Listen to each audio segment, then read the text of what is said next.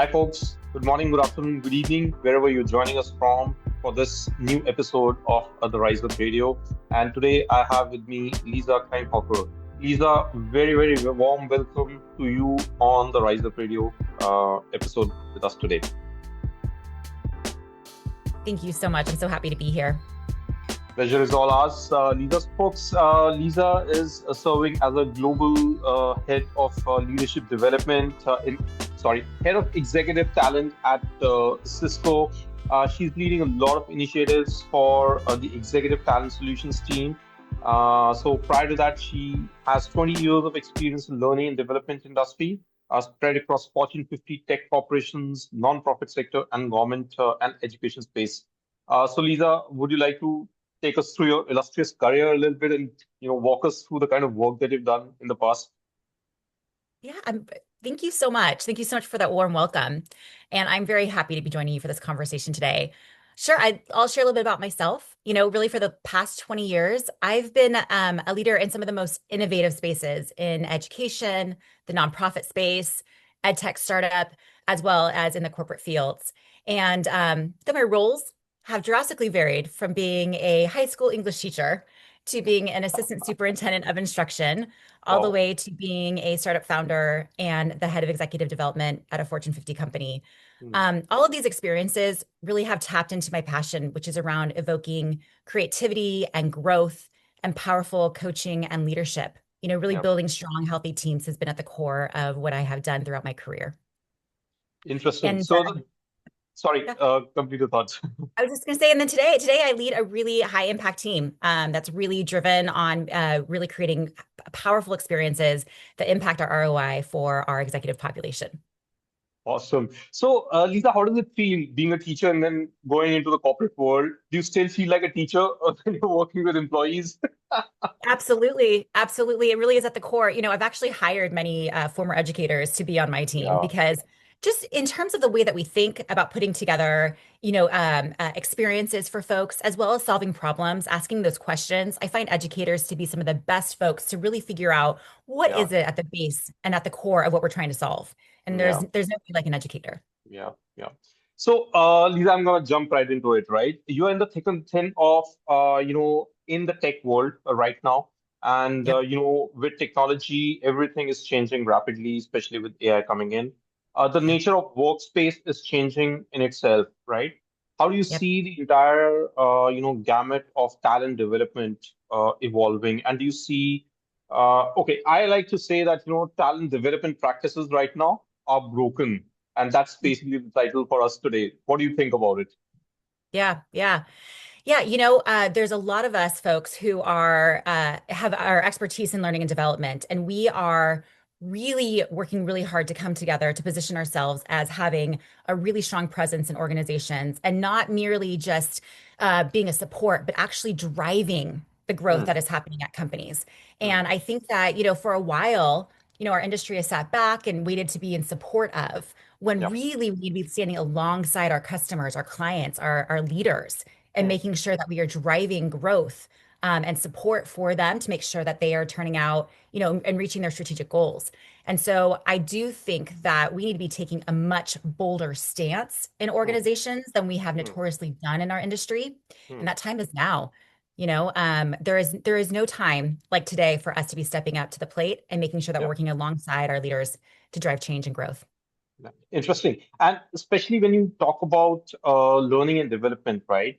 So if I were to take a specific area of learning and development, which is leadership development, Yeah. organizations, especially L&D teams, have always battled, which is either creating a depth or fighting between depth and breadth, right? Mhm. You Yep. either try to reach more people, but you end up touching them at a surface level, or you reach a Yep. few very effectively in detail, right? So there's Yep. always that pull whether we go deep or we go wide, right?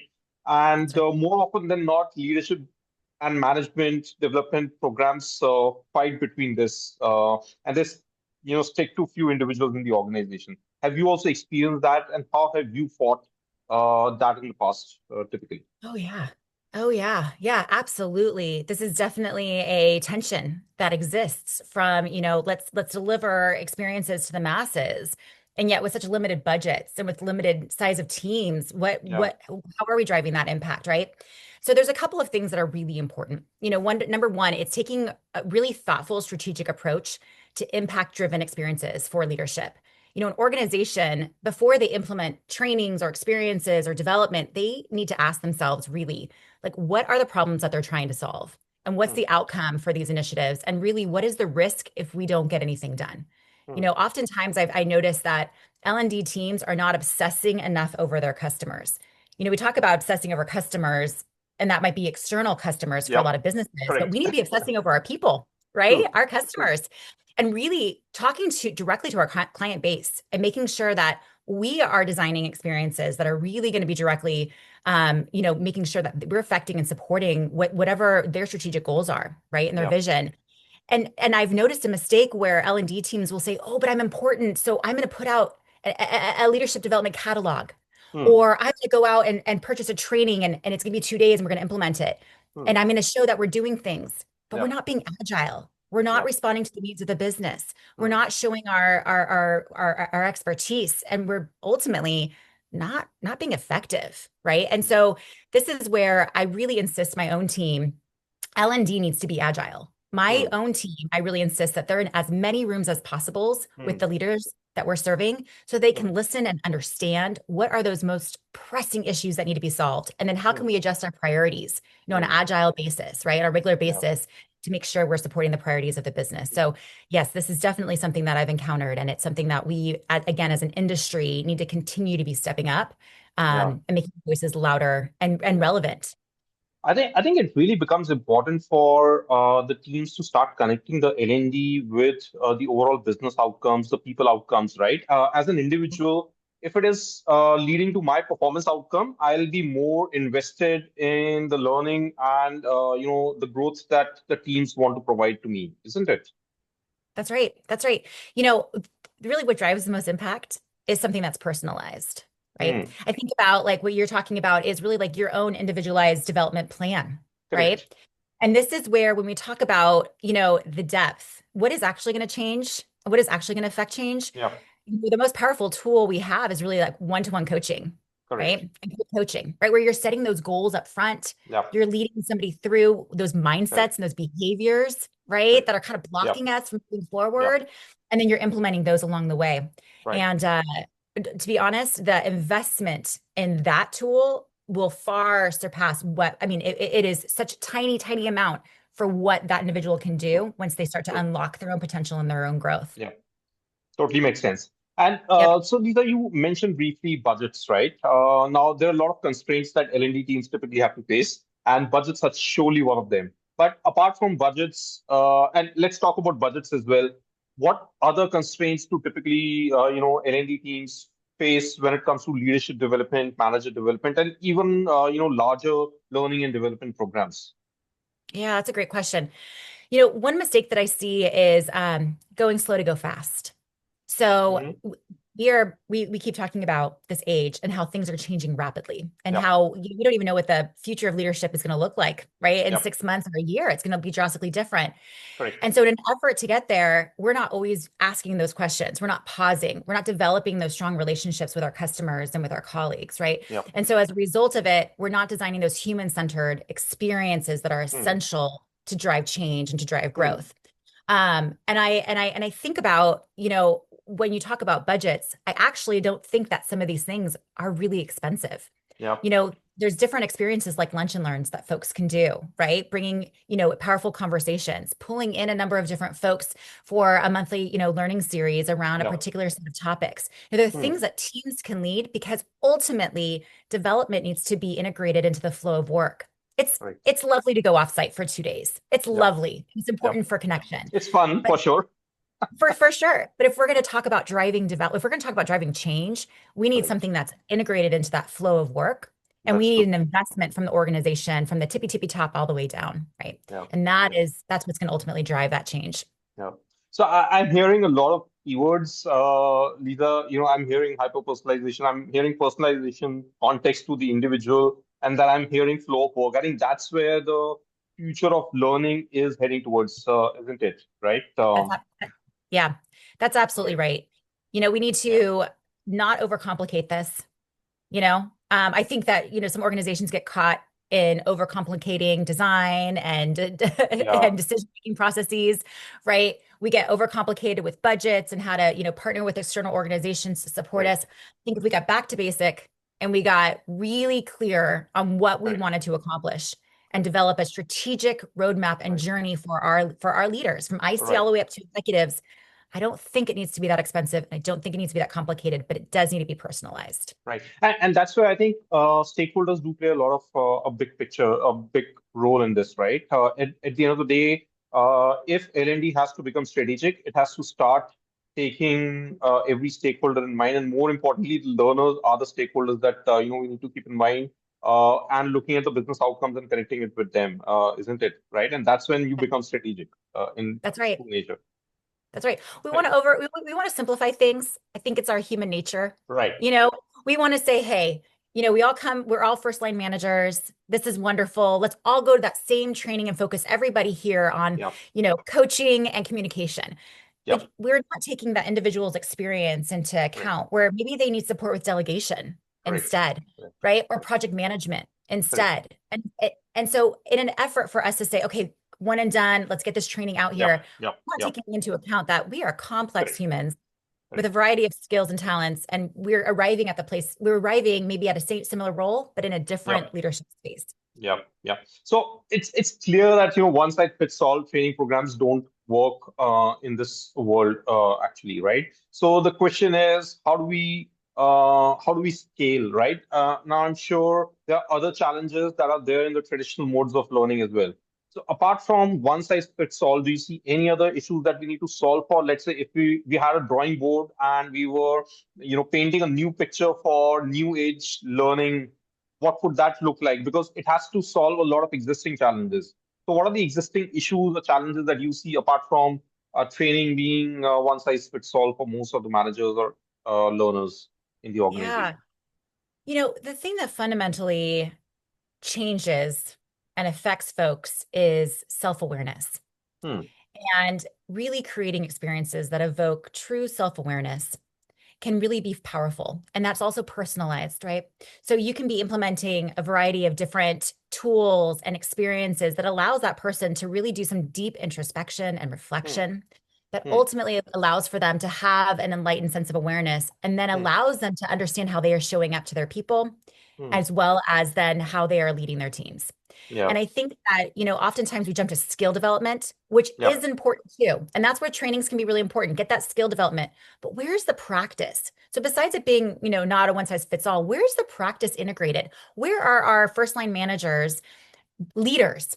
How Right. are they investing in their own development? How are they holding their folks accountable and having their own ownership over their own learning? Right. You know, Right. and so I see that. I led a training a few years ago where I had a leader introduce their one-to-one Hmm. agenda, how they conduct Hmm. one-to-ones. And these are actually fairly senior leaders Hmm. that I was leading this for. And we had a 3-day experience full of rich, amazing content. And the number one most requested thing was, hey, can I have that leader's agenda for their one-to-one? Because I'm trying to figure out how to have better conversations with my direct Yeah. reports. And to Right. be honest, that one-to-one agenda was so simple. And one of the questions was powerful. It said, did I do anything that made work difficult for you this week? Hmm. Hmm. And to be honest, showing a leader's own vulnerability and willingness to learn in a one-to-one through a simple, powerful question, that gets Yep. translated down to their direct report, who then Correct. as a result translates that down to their direct It's it's report. a it's a ripple effect. Yeah. It's the cascading leader, Yeah. right? And so that's besides a one size fits all, it's that investment in leadership Yeah. constantly and how is it integrated into really the Right. fabric of the organization. At the end of the day, any learning that you're imparting has to translate into behavior on the ground. And if it is not translating into behavior on the ground, then it's basically dollars down the drain. That's right. That's right. It does. It does. We talk about a lot of things like, leaders should have empathy or Hmm. vulnerability or these different kind of skills that are important. But again, you can't get to any of those places if Yeah. you have not created a culture in which that Yeah. can thrive. And number Yeah. one, it starts with self-awareness. You can't Right. possibly get to vulnerability if you're not self-aware, and you can't possibly get to empathy if you're not vulnerable and self-aware. And so that's Correct. the fabric of the Correct. organization. And again, when you start talking of self-reflection and the learning journey, being driven by the self-reflection, it becomes very, very personalized, right? And Yeah. that's where it comes that how do you bring in scale? Definitely, I think AI has a huge role to play in it, and I'm going to come to that. But before that, do you think the traditional systems still have a place in learning, which is, the e-learning systems and the LMSs? Do they still have a place in the future? If yes, in what shape and form? Because traditionally LMSs have taken a very different role, right? They have been more like a tracker tools or policing tools or trying to make sure that people are going through the checklists, etc. Do you think that mode still exists, or LMSs have to reimagine completely how learning is being imparted? Yeah, I think there's a reimagination that's possible right now and important right now. How we learn is different. Our Hmm. attention spans look different. The way that we Very work different. is different. you know and a tool that I've had an opportunity to use is so through coaching, right, setting up Hmm. your own goals. Hmm. And one of them could be something around communication, could be around you as a leader. How do you evoke a number of voices in the room? And there are different tools that can be integrated through video conferencing, Yeah. that allow to give that awareness, right? Because Right. again, we talked about self-awareness to that Right. individual of like, oh, you're right, I only ever talk to one individual at a 10 throughout the entire meeting. Or the kind of language that I used, was not invitational. I didn't ask questions. Hmm. I only, went through an agenda and was the only voice in the room. And there's Hmm. different things that can be integrated now versus Hmm. going to a training and logging in for 10 minutes about how to conduct XYZ, Yeah. And so I think that there's an opportunity, but there's opportunities for us to integrate what has been into what is needed now. And I think we need Hmm. to, at the heart of it, remember how adults learn. It needs to Hmm. be human centered. And we need to Hmm. make sure that we are really making sure that we're addressing the issues and the support that is needed for people, for the Yeah. individuals, for Yeah. the skills that they need now. Otherwise it becomes another got to Correct. do a check mark. And we know that Correct. check marks don't change behavior. And it's ultimately what we're talking Absolutely. about. We're talking about Absolutely. changing behavior. And we're complex. Humans are very Humans are complex. very complex. Yep. So, so the simple trainings is not necessarily going to change behavior, but it might introduce a concept Yeah. that then through integrating it into the flow of work Correct. can change behavior. Correct. Absolutely. So, Lisa, it's very clear, right, that things need to change, and I think writing has been on the wall for a while now. Given how ROI for learning has been decreasing over the years, and more and more learners are saying that it's not actually providing me with the skills that I need for my job in the end, right? So, what's Yeah. stopping the change? What's stopping? What's the inertia that's stopping a mass revolution of change, or is it that we were not ready with the tech yet, and now probably we might be in the Mm. future? Yeah, I think the tech is catching up, and I think that our L&D professionals really need to be spending a lot of time understanding how we can leverage and use those tools to Hmm. make sure that we're pushing out experiences quicker and more Hmm. effectively to our Yeah. stakeholders. Right. A lot of L&D professionals have, like I said, like I talked about, huge catalogs. They understand and they know how to partner and get resources to their leaders. However, they may not have figured out the communication, right? The communication Correct. strands to them, or they may not know how to connect, into the flow. So, for example, when there's performance reviews or development conversations that leaders are, Yeah. are, are having with their directs, why not also integrate, hey, so these are the things they're working on. Why don't we match that to a number of different experiences that the Hmm. L&D team can partner you with, right? So I Correct. think that there needs to be more of an integration with what the L&D team does. I think what's really hard is leadership development and learning and development is still seen as separate. We're not Hmm. as integrated in many organizations. We're not standing besides our leaders and besides our HR professionals. We Yeah. are acting as the support function, and we need to be It's a at the disconnected forefront. silo. It's a It disconnected is. silo. It is. It is. And we cannot drive change if we're an afterthought. So we need Right. to be the thought. We need Yeah. to be. So that is, I think, one of the most important things. And I think it's a fundamental shift in the way that organizations think about learning, because you Yeah. will lose our high potentials, right? Our succession Yeah. pipeline will dry up, and Right. people will become disengaged Yeah. because learning is fundamental to the human Yeah. experience. Yeah. And that is why learning should be right at the forefront with our leaders Correct. who are making decisions about how to drive organizational Correct. growth, not an Correct. afterthought. And especially the entire process of learning and identifying what needs to be imparted needs to change, because by the time you identify that an individual needs this and you design a curriculum and you launch that curriculum, the context has totally changed for that individual, right? And it's, I Right. mean, even if it is 2 or 3 months in that process, that is like years in the AI era, isn't it? Correct. That's correct. It's absolutely correct. But again, as I talked about earlier, it comes from the tippy top. We don't have not all organizations are set up to be learning organizations or to Correct. prioritize learning. They say it's important, but it's not actually integrated into their Correct. employee Correct. experience. Yeah. And so I think that is that fundamental, we need to start there and make Yeah. sure that's integrated. And then doors will fly open. The Excellent. tech is there for us Yeah. to integrate, Mhm. and it's exciting to see what's possible. Correct. And I know some great organizations that are already implementing and doing this Right. very well. Right. And I'm excited to learn from them. So Yeah. let's talk about AI, right? I think AI can definitely bring in a paradigm where you can provide hyper-personalized learning at scale for every individual, where Yep. AI can understand your individual context, evolve with the evolving context, not wait for 4 months to provide you with the learning that is required. It can actually provide you with the learning at day zero when you join the organization right from the start. Uh, how do you see AI revolutionizing this, or it is actually doing it? And are you seeing any use cases out in the market, that companies are starting to experiment with? Yeah, yeah, yeah, I am. It's been great because we've been working on developing in conjunction with our individual development plans that we initially only had for our executive population, but now we are expanding it throughout the whole company. And as we look at ways of which to do that, we Hmm, are figuring out ways that we can integrate tools to be able to automatically match our individuals, our employees, then with hmm, different learning experience that can support what their hmm, individual goals are. Right. hmm, And so we're developing a lot of partnerships and experiences that can support that kind of growth. hmm, But like I said, we have a number of different coaching options for our employees as well, which has hmm, been great. So hmm. they can have one-to-one coaching, but they can also have some of these AI coaches that are supporting Yep, with those level one questions, correct. just those level one kind of ways of adjusting. But our Absolutely. team has been having some fun using AI to support us with developing case studies as Hmm, well as simulations. Some of the work nice. that used to take us, like you talked about, 6 months or 8 months, we can Yep, get done in about 2 to 3 weeks, which yep, means we yep. can create a number of different case studies and use Right, cases that we can use in group coaching scenarios right. that now can be adjusted for the different populations on a much Hmm, quicker basis. So we're having some yep. fun with design and with different elements of the programs and experiences that we're designing.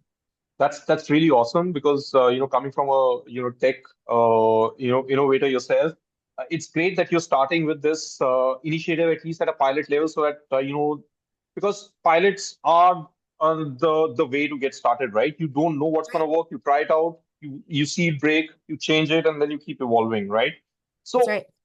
as parting thoughts, Lisa, what would you recommend for companies who are still at the cusp or still at the edge of deciding whether to go for it or not? What should they do to become more comfortable with AI? Because it is a black box and people are a little wary about it, right? So, what would your recommendations be? Yeah, just take a baby step, right? What's great with L&D is you're not going to break anything, right? So any little thing that you do, any new, tool that you try it with your team, try it with yourself. All you're going to do is learn. And hey, look, the best way to learn something is to fail, right? My goodness, that's where the best Yeah, experiences happen. So if you're going to try something out as a pilot with your team or with yourself or with a small group of folks, let it fail. yeah, Find out. See what's actually needed and what's relevant, right, right? So you're not gonna break anything right now. Right now, if folks are not diving into the different tools mm, that exist and trying out different learning modalities right now, then we're just falling further and further behind every single day. So it is get on the train now, try something out and connect. There's a whole host of us out there that are connecting and talking about right, AI in the right, L&D space. I right. work with I have a huge external network, and we are constantly sharing ideas of how can we do this better. This didn't Yeah, work. This resonated with mm, my customers. This did yeah, not. right, Become part of these communities, right. and let's experiment together. Awesome. I think that's the only way that we can get started, which is to try it out and let it fail, right? If it fails, you know where to fix. Otherwise, you don't know where to fix as well. That's right. Exactly. Hmm. We have no idea where to go. Awesome. Well, Lisa, thank you so much for a fun conversation. I think it was a very, very practical, scenario which that you explained to our audience today. I'm sure they're gonna have fun going through this conversation with you today. So thank you so much for joining us. Thank you. It was such a pleasure. Take All good right, care. folks, there you have it. You folks take care till I see you with the next episode of the Rise Up Radio with a new guest. You folks be safe till then. Bye bye.